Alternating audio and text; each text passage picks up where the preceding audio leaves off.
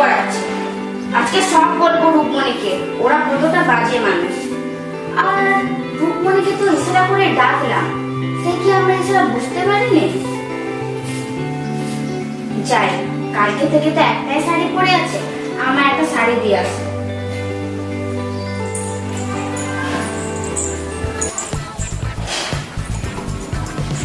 না, এইভাবে শাড়িটা নিয়ে গেলে হবে না।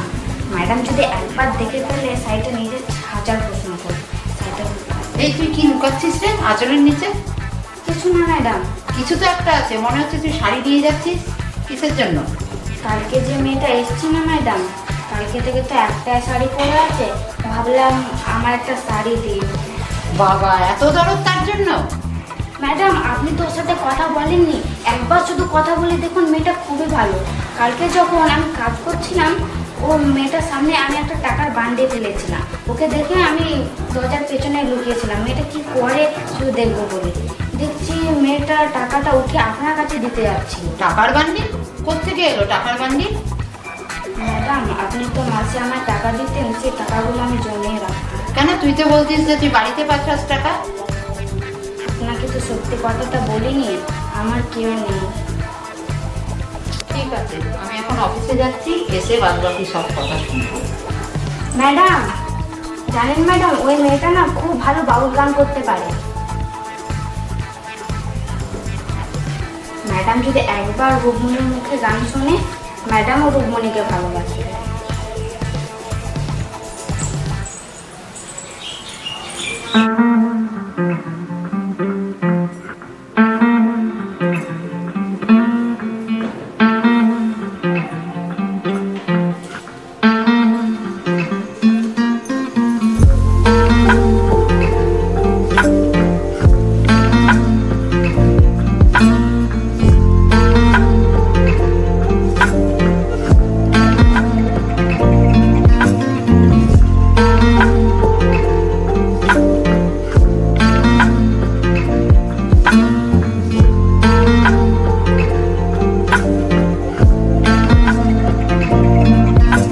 আসার সময় তো মুনিয়া বললো মেয়েটা খুব ভালো গান গায়,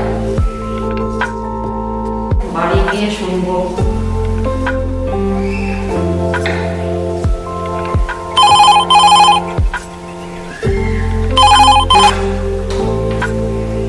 হ্যালো, হ্যাঁ তুমি গাড়িটা বার করো, আমি আসছি।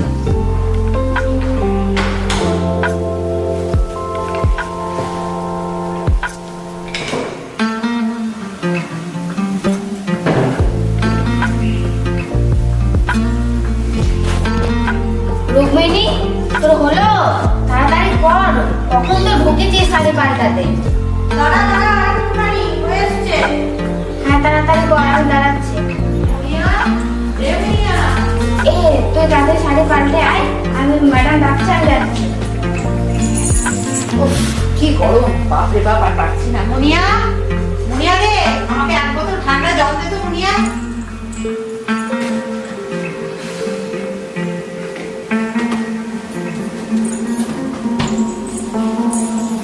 এই নিন ম্যাডাম। ঠিক আছে।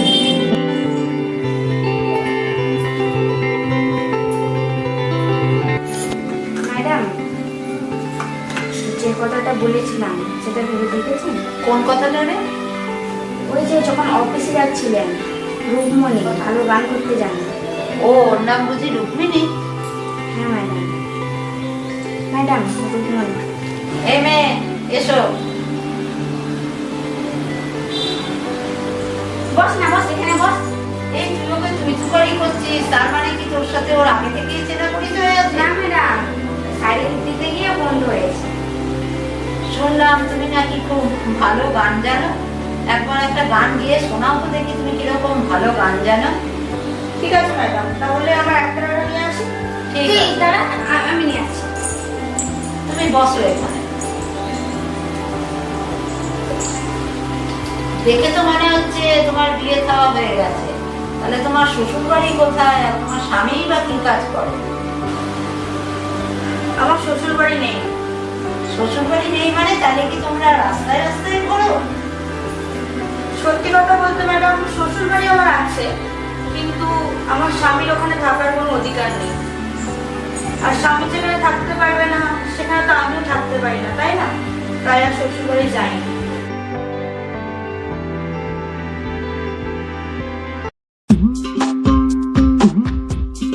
চোখের ধুলো চোখের জল সাথী হলো, বাউল হয়ে ঘুরি আমি বুকে নিয়ে এলাম।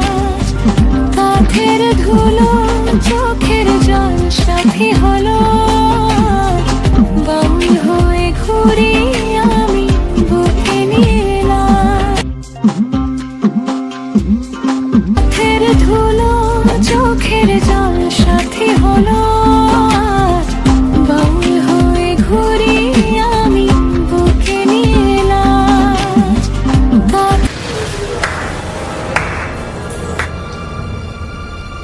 বাহ, খুব মনোযোগ সহকারে গান শুনছিলে দেখছি। তুই এইটাকে কোথা থেকে পেলে? মুখ সামলে কথা বলবে ঠাকুরপো। চোখ রাঙিয়ে নয়। তোমার এত বড় সাহস, তুমি আমার সাথে আঙুল নাড়িয়ে কথা বলছো?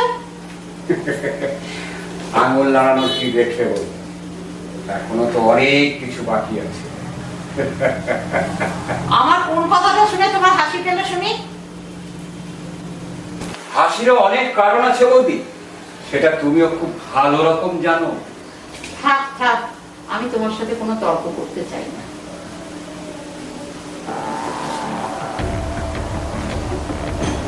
এইবার চোখের মুখে নুন পড়েছে।